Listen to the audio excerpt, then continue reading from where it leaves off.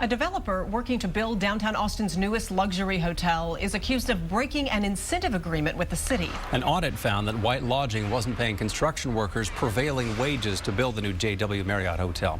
Tonight, KXAN's Omar Lewis explains how the deal was broken and why the city council now has a big decision to make. Urban Wine Liquor. Buckley Weinholt will be the first to tell you that starting a new business in Austin isn't easy. It took about 2 years.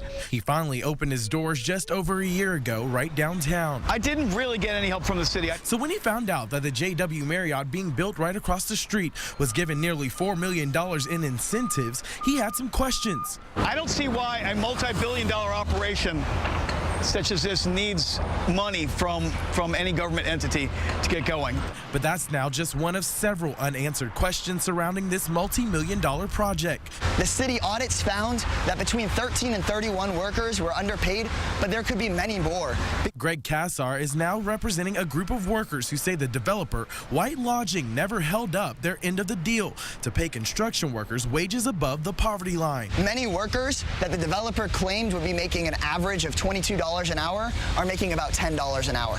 Workers want the city council to force White Lodging to give them their wages or pay the incentive monies back. We reached out to White Lodging and they replied with this statement saying, quote, "After construction began, the city changed its mind on the written confirmation White Lodging received.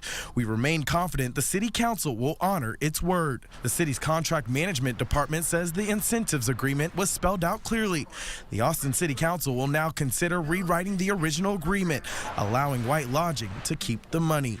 The city should not be allowing cheaters to ask for the rules of the game to be rewritten.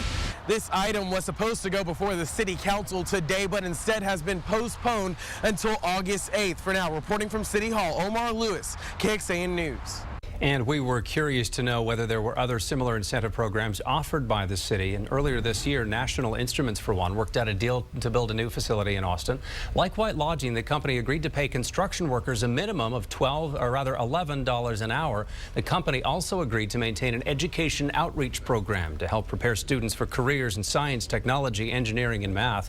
In exchange, National Instruments will receive $1.7 million in tax breaks from the city.